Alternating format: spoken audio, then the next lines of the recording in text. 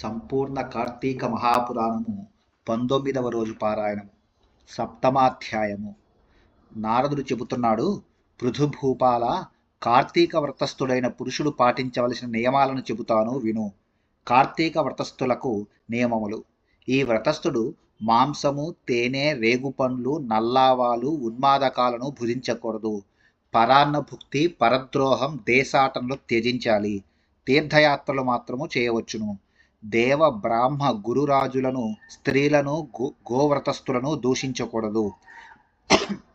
అవిసె నూనెను, నువ్వుల నూనెను, విక్రయాన్నమును, నింద్య వ్యంజనయుక్త భోజనమును, దూషితాహారమును విసర్జించాలి. ప్రాణి సంబంధిత మాంస చూర్ణాలను, ఆమ్ల సంబంధితాలైన నిమ్మకాయలు, కొర్రల వంటి హీనధాన్యాలను, చెద్ది అన్నాన్ని స్వీకరించకూడదు. మేక, గేదె, ఆవు వీటి పాలు తప్ప మరే ఇతర ప్రాణుల ఆమిష సంబంధ క్షీరాలను స్వీకరించకూడదు. బ్రాహ్మణులచే అమ్మబడే రసాలను, భూజాత లవణాలను విసర్జించాలి.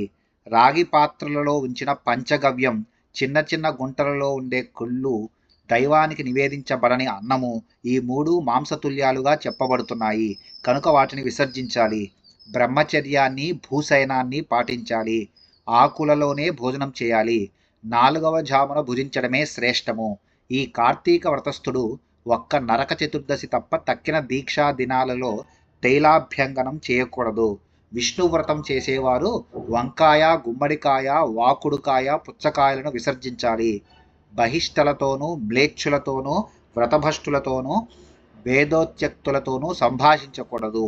అటువంటి వారి ఎంగిలి కాని, కాకులు తాకిన ఆహారాన్ని గాని, అశౌచ సంబంధితాహారం గాని, ఒకసారి వండి మరలా ఉడికించిన దాన్ని గాని, మాడు పట్టిన అన్నాన్ని గాని తినకూడదు. తన శక్తి కొలది విష్ణుప్రీతికై కృత్యాదులను చేయాలి.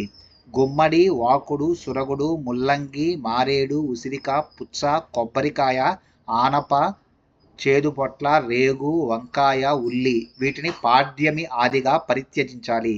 కార్తీక మాసంలో కూడా ఉసిరికాయను తినకూడదు. ఇవే కాక ఇంకా కొన్నింటిని కూడా వర్జించాలి. మరికొన్నింటిని బ్రహ్మార్పణం చేసి భుజించాలి. ఈ కార్తీక మాసంలో చేసినట్లే మాఘమాసంలో కూడా చేయాలి. కార్తీక వ్రతాన్ని యథావిధిగా ఆచరించే భక్తులను చూసి యమదూతలు సింహాన్ని చూసిన ఏనుగు వలె పారిపోతారు.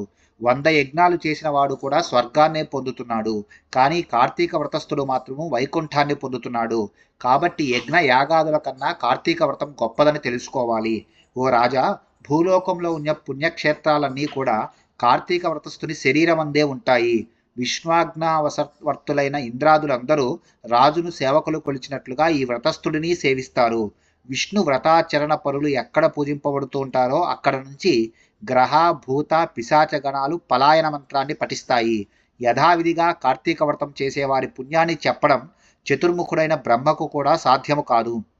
ఈ కార్తీక వ్రతాన్ని విడువకుండా ఆచరించేవాడు తీర్థయాత్రలు చేయవలసిన అవసరమే లేదు.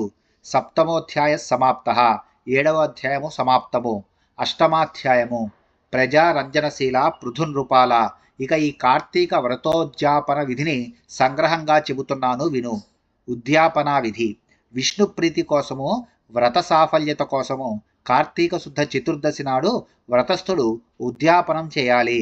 తులసిని స్థాపించి దాని చుట్టూ తోరణాలు గలది, 4 ద్వారాలు కలది, పుష్ప వింజామరలచే అలంకరింపబడినది అయిన శుభప్రదమైన మండపాన్ని ఏర్పరచాలి. 4 ద్వారాల వద్ద సుశీల, పుణ్యశీల, జయ, విజయులనే 4 ద్వారపాలకులను మట్టితో ఏర్పరిచి వారిని ప్రత్యేకంగా పూజించాలి.